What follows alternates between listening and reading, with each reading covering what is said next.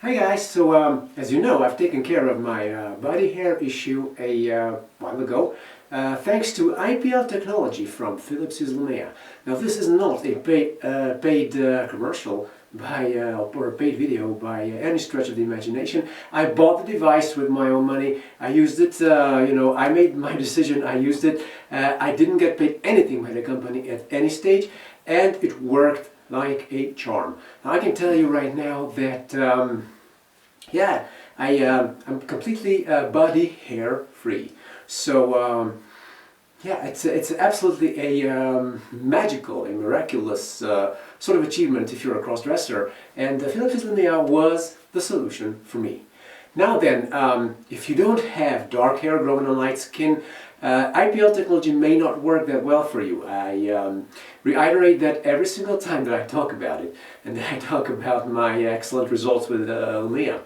Well, anyway, before I learned of IPL, and before I'd made the decision to acquire a device, I used to go, like 99% of cross-dressers, I used to go to waxing. Now, waxing is a huge ordeal above and beyond the actual physical pain and discomfort that it entails.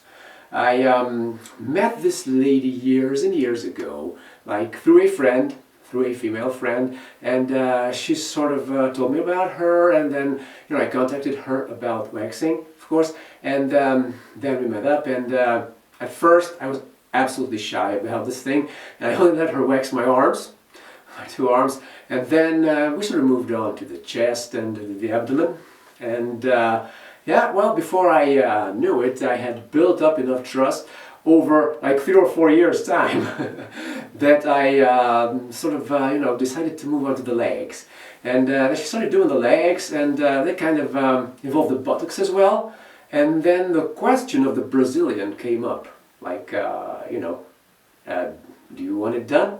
And we talked about it a few times, but I was really not ready to sort of start doing this new stage of my waxing journey, especially that I didn't exactly have stellar results in other parts of my body, and I did already kind of have a understanding of how bad it hurts and what it entails after.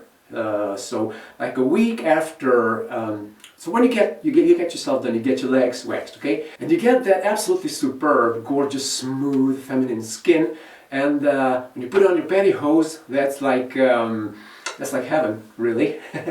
And but all of that thing lasts for about a week. Like on day 7, the first tiny little hairs start growing under your skin, and they start to try poking their way through it.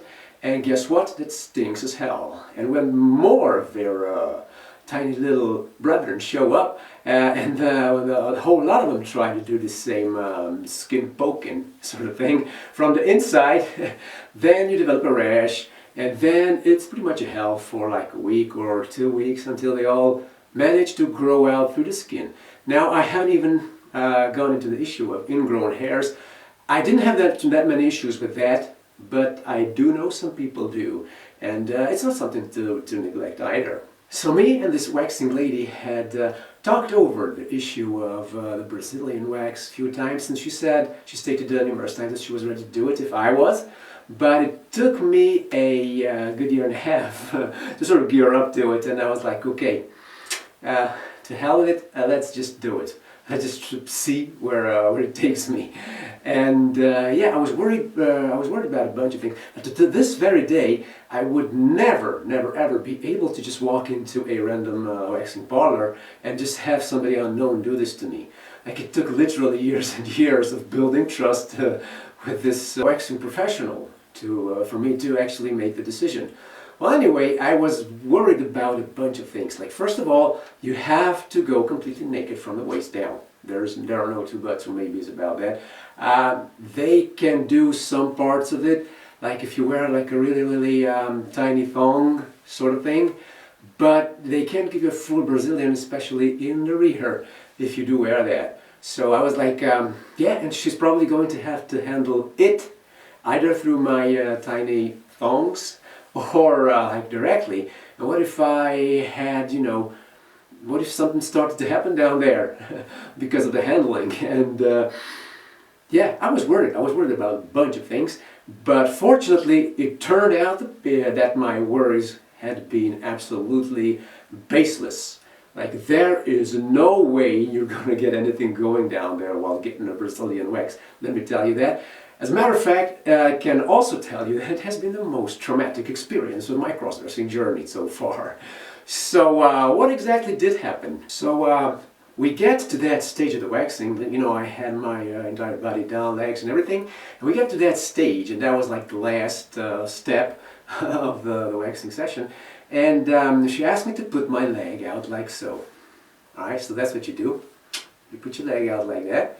And I could keep my thong on. It was like a really, really tiny string bag sort of thing that I wore purposely for this reason, to ensure that she has as much unfettered access everywhere as she needs.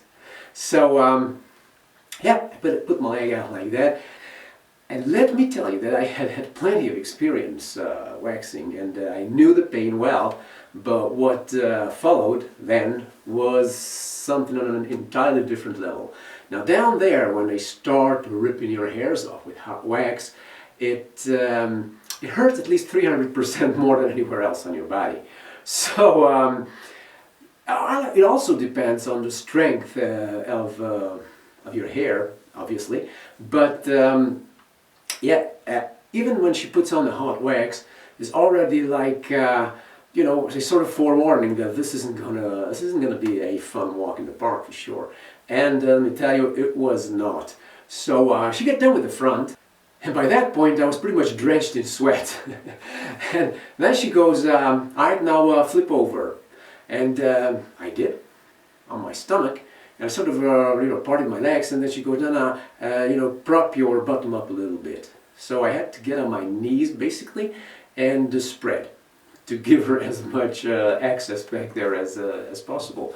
So she pulled my tiny little G-string sort of thing aside, and there's, the hole. There's no better way to put it. And it needs to be waxed as well, because that's part of the Brazilian, so everything has to go. And when I thought that everything had to go, I didn't actually think that my holes and my other appendages would have to go as well. I only meant the hair. But I was close to losing them as well. At least that's how I felt. So, so she goes, "All right, so I'm going to put on the wax now. Please do let me know if it's too hot or not." So yeah, she puts it on, and the crack and everything, and then the hole, and then you kind of sort of think that you would think that when she does that area, and she would go like that around it, with the wax. But no, she just put a big clump of it right all over it. So yeah, that was surprising. When she was done smearing it all on, I was like, okay, now I had to wait in that totally compromised position for like almost a minute or so until the wax sets a little bit. And then when that was done, that's when it all happened. Like, she came back, because she kept walking back and forth, taking her wax out to boil and, to heat or whatnot, whatever she's doing there. And then she just came back and started prying at the very edges of the wax strip, sort of. And it just didn't quite want to, go. Like, she ripped off a tiny piece of it, and then she had to start over. And that was pure agony, with my face, on the bed and my bottom up in the air. And I was like this really sorry statue of a bottoms up kind of humiliation pose. and as she was working back there, and yeah, finally she got it right, and she just ripped it all off.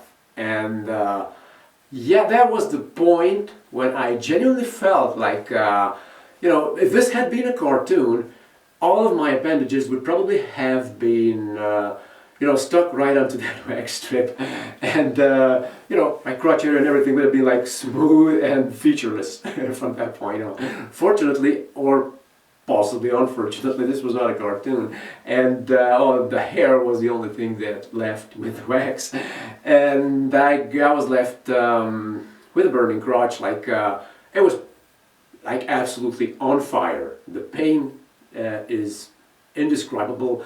I can't possibly describe it to you. You gotta experience it yourself. But yeah, if it's up to me, I would advise you never to do that. Well, anyway, I couldn't sit for a good while there. Well, anyway, I was saved with the indignity of going like full Monty on her, like completely naked, and I managed to sort of solve this problem by using that tiny little G-string thong, and yeah. But at the end of it all, I was left with my crotch completely on fire. Fortunately, she came up with some soothing cream, and she put it all over the place, and yeah, that kind of felt good right there and then. But still, it was a real pain to walk around for about 30 minutes, and I wouldn't even think about sitting down. Fortunately, I had anticipated that this would be the case, because I always wore pantyhose when I went waxing because of my legs. So now when you get your legs waxed, there's a little bit of residue left here and there on, despite the fact that she tries to rub it off with rubbing alcohol as best as she can, and that you put some soothing cream afterwards and all that. You kind of sort of, you get all those tiny little red dots all over your legs where your hairs had been, and it all sort of goes into inflammation, like the hair roots, and it's sort of tender. Okay, so you need some kind of barrier between that and a pair of jeans that you put on. And I found this solution, that I took a pair of slippery 15D and pantyhose, and that would create a barrier between my skin and the jeans. So fortunately I had those handy as well, so I put those on, and needless to say, my waxing lady, she knew all about my cross-dressing at that point. After all, we had known each other for years and years, so yeah, so that was not a question. So I put on my hose, and then I put on my jeans, and yeah, it's now for a week I enjoyed the feeling of an absolutely smooth femme crotch and nether regions. But then the hellish sort of stage of the process began, because the hair started growing back, it started stinging, I started getting irritated down there, and so it went for like 2 weeks afterwards. So in about a month, when all the stinging and all the rashes would disappear, then the hair would have grown out relatively visibly again. So yeah, that's what I did before IPL. That was one of my worst episodes of struggling against body hair. But fortunately, afterwards IPL came along, and I started flashing myself all over the place, and nowadays it just does not grow anymore. Not only do I not have to go through the pain of waxing, but I don't have to go through the ordeal of the after waxing thing either, when the hair starts growing back out. So yeah, guys, cross-dressing is not all glitz and glamour, that's for sure. And yeah, do you have any kind of similar experiences on your cross-dressing journey? Have you ever had second thoughts about it all? Like, what am I doing here? When I was spreading there on all fours on this waxing lady's bed, I was like, dude, what am I really doing?